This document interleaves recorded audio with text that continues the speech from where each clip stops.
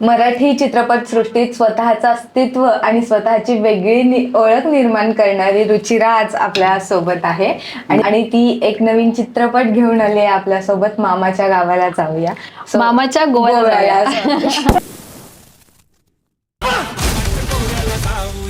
Complaint केली होती ना ती. नो प्रॉब्लेम, पण ही गफलत होणं स्वाभाविक आहे, कारण आपण लहानपणापासून मामाच्या गावाला मी तेच मगाचपासून तीनदा बोलले मामाच्या गोव्याला. म्हणजे तू याचा अर्थ ट्रेलर बघितलेला नाहीयेस? बघितलाय.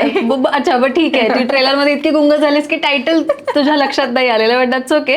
सो हीच गंमत आहे की लहानपणापासून आपण जे काही गाणं बालगीत म्हणून शिकत आलोय, मामाच्या गावाला जाऊया, तर ते इतकं हिट होत आणि राहते ते. जस्ट दॅट की ती स्टोरी गोव्याची आहे. 3 मित्र गोव्याला जातात वगैरे, आणि that's why the title says मामाच्या गोव्याला जाऊया. तुझा काय रोल आहे त्यात? माझ्या कॅरेक्टरचं नाव आहे आलिया. ओके. चित्रपटाची जर टीम आणि ट्रेलर बघितला असेल तर सगळे मजबूत स्टारकास्ट आहे. आम्ही 7 जण ज्यांच्या भोवती ही स्टोरी फिरते. माझ्या कॅरेक्टरचं नाव आलिया आहे. परभणीची मुलगी आहे ती परभणीवरून मुंबईला आली आहे करिअर करायसाठी, ऍक्टिंग फील्डमध्ये किंवा आपल्या फिल्म इंडस्ट्रीमध्ये ती तिचं काम करते. आणि एका फिल्मच्या शूटिंगसाठी तिचं काम चालू असताना मग ती आणि म्हणजे माझ्याबरोबर अजून 2 ऍक्ट्रेसेस आहेत. आम्ही त्या तिघांना भेटतो जे आपले स्ट्रगलर्स आहेत. आणि मग आम्ही एकमेकांना भेटतो आणि मग काय गोंधळ होतो. मग मामा कसा इंट्रोड्यूस होतो. मामा म्हणजे आपले सगळ्यांचे आवडते सुपरस्टार अंकुश चौधरी. आणि मग जी काही गंमत जम्मत आहे ती तर सगळी फिल्म मध्ये बघायला मिळणार आहे. नक्कीच. या रोल साठी हो म्हणण्याचं कारण काय तुझं, किंवा कोणच मला स्टोरी आवडली होती. मी जेव्हा विजू सरांना भेटले या फिल्मसाठी, तेव्हा त्यांनी मला एक पीपीटी दाखवली होती ज्याच्यामध्ये मी पहिल्यांदाच एका फिल्मचं प्रेझेंटेशन असं बघितलं होतं की युजली काय होतं की स्टोरी सांगतात किंवा बेसिक एक नरेशन असतं वगैरे वगैरे, पण यावेळी पहिल्यांदाच असं पीपीटी होती की त्याच्यामध्ये एक व्हिडिओ प्रेझेंटेशन आहे ज्याच्यामध्ये चॅट फॉर्मॅटमध्ये की WhatsApp chat, it starts with WhatsApp chat. आपण व्हॉट्सअप चॅट कसं रेकॉर्ड करतो ते तसं आहे की एक ग्रुप बनतो मामाच्या गोव्याला जाऊया. मग त्याच्यात संत्या काय म्हणतो, मग कुशा काय म्हणतो, मग त्यांची काय बोलणं सुरू होतं. आणि ऑफकोर्स जर तुला माहित असेल की हे स्ट्रगलर सालाचे 3 ऍक्टर्स आहेत आणि त्यांची सिरीज आहे. त्या सिरीजचं एक मेजर अडॅप्टेशन आहे आणि कॅरेक्टर्स ते 3 सेम ठेवून एक फिल्म रिलेटेड एक बांधणी केलेली आहे. त्यामुळे त्यांचा गोवा प्लॅन कसा ठरतो, मग त्या गोवा प्लॅनचं पुढे काय होतं किंवा मामा कसा इंट्रोड्यूस होतो, मग त्या 3 मुली कशा येतात, तर ते सगळं व्हॉट्सअप चॅटवर इतकं छान मी बघून हसत होते. 5 मिनिटासाठी मी विसरले होते की अच्छा आपण इथे मीटिंगला आलोय वगैरे. आणि त्यावेळेला म्हटलं yes, I want to be a part of this film आणि दिस क्रेझी टीम. कारण सगळे जसे पडद्यावर तुम्हाला दिसतात नाही 3-4 जण जसे आतापर्यंत दिसत आलेत, तर ते तसेच आहेत रिअल मध्ये सुद्धा. त्यामुळे आय वॉज व्हेरी शुअर की शूट करताना मजा येणार आहे. आणि शूट दरम्यान असा काही एक किस्सा जो अनफॉरगेटेबल असेल?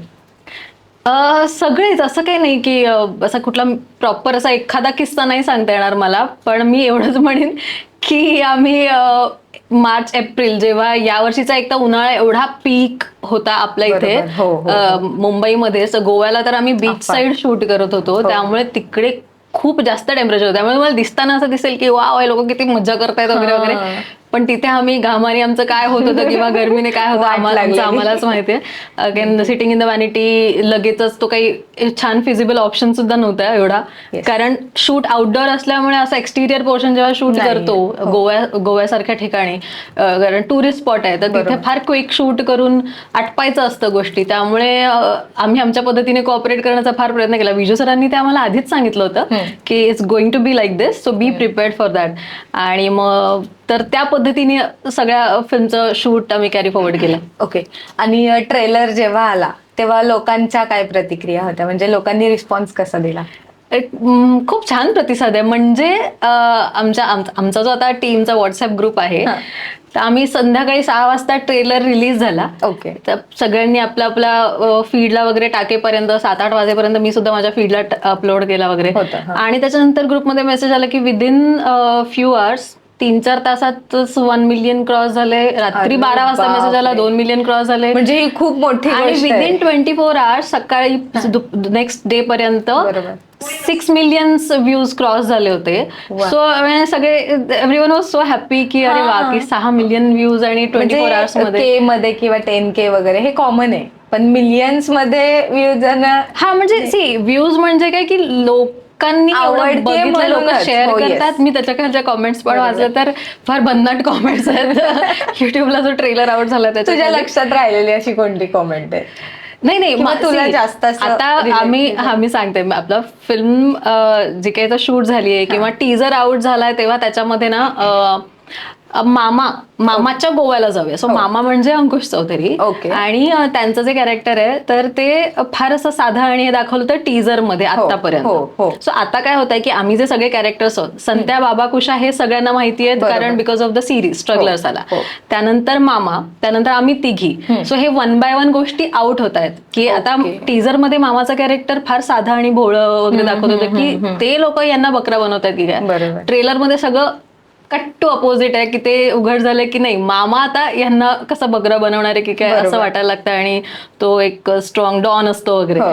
तर त्याच्यामध्ये एक कमेंट्स लोकांच्या अशा आहेत की तुम्ही हा सस्पेन्स का आउट केला आता ट्रेलर मध्येच, नक्की. फिल्मसाठी ठेवला असता तर आम्हाला अजून मज्जा आली असती वगैरे वगैरे. पण नाही, पण आम्हाला हुक पॉइंट पाहिजे ना पाहिजे काहीतरी. होता. हो. आणि लोकांकडनंच हे येणं हे खूप छान आहे की अरे आम्हाला हा सस्पेन्स तिकडे बघायला मिळाला असता तर वगैरे छान वाटलं असतं. But there are many more suspenses in the film. Suspense म्हणण्यापेक्षा की इट्स अ